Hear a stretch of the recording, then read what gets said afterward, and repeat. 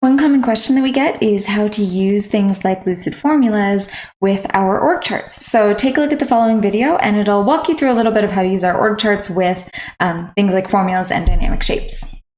Another common question we get with org charts is how might we do something like counting totals and displaying totals on the screen and potentially displaying how many vacant positions there are as well.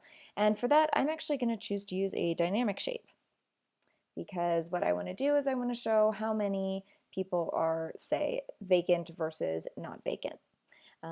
So how many positions are filled. And so for that, I'm actually going to use formulas. Formulas are fun. They can be accessed in this data panel over on this side. And I would be able to come in and instead of, say, putting 70 in here, I can actually change that number and my shape will change. But I also could tell it to use a formula. The formula might be something like referencing something that's actually on the shape. So another property here is thickness. So I could say at thickness, and it's just going to automatically take in whatever is in that value. And so what I end up with is that's always displaying 30, or really it's always displaying what's in here, because if I change that, which as it happens also changes the size of my donut, it also changes the fill color. So we can put in formulas here using Lucidchart's formula system. If you're interested in that, there are some other videos on that, but we're just going to dive right in. So the first thing that we want to do here is we're looking at the value. I actually want to change this to, we'll just put that as 50. We want to look at the max first, because what we want to show is how many total people are there in this org. So how many total people are there? There are, well, we could go count, or we could let Lucidchart do counting for us. And for that, we're going to say descendants of page. What's that do? That goes and grabs every single shape on the page, even if it's inside something like the org chart. Specifically though, I want to know how many there are that have something called name. And for that, I'm actually just going to do count around this, and I'm going to get how many have something called name, and in this case it's 20, that's how many people are in my org, and now I have my maximum value. If I were to add a person here, suddenly this is going to say 21. Okay, so we've set that. Now let's change this value here because 50 is way over. And I think for this, what I want to do is I want to fill in of this donut. I just want to see how many positions are full. So I could also choose to do it with how many names are vacant. So what I'm going to do is I'm going to, in this case, do countif. And I'm still going to say descendants of page dot name, but we're going to say, so that's our list, and we want this to be something that just says not vacant. So what we're going to do is we can pass in a little formula here, and let me actually start that with an equal sign because that's how this works. So we're doing countif descendants, which I've spelled wrong, descendants of page dot name, and what I want to pass in is, you'll see it's prompting us here a little formula. So I'm going to say for each item in the list, that's going to be X. So X represents each item in this list. And then we put this little arrow symbol.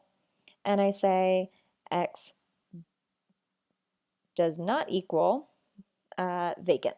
So we could say, let's just do contains as a formula we could say. And so we're really going to say X contains vacant. Except if we really wanted this to do things that were not vacant, we would say does not contain. Get rid of that S, because that's the actual formula that we want. So what we've ended up with is we've said countif, and then we've passed in this list of names on the page.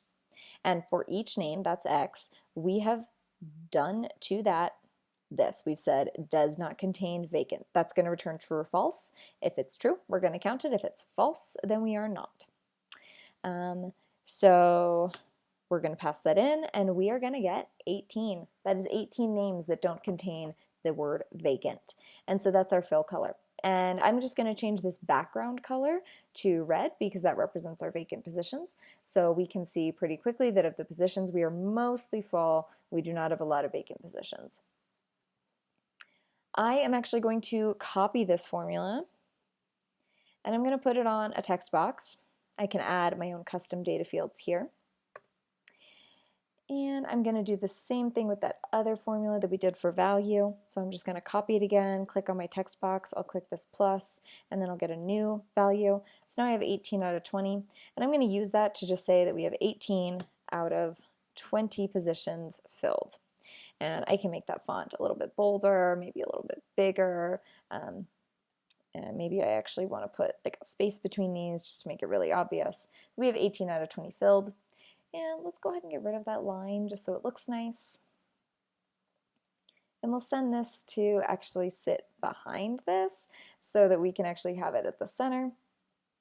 And then we have this nice little gauge of how many positions in this org are filled. So if I were to click into this and let's say we ended up adding a couple new vacant positions.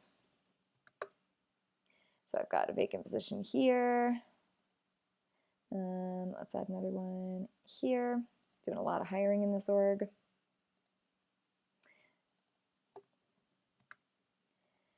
Then what I've got is this should start to update. And we should see that this is updating, so it actually now reads 22. And if I were to fill this in, and let's call it, let's just say Hermione Granger, let's say we hired, you'll notice this now says 19 out of 22 are filled. So our little tracker works, and we can pretty easily see how many people are in each position.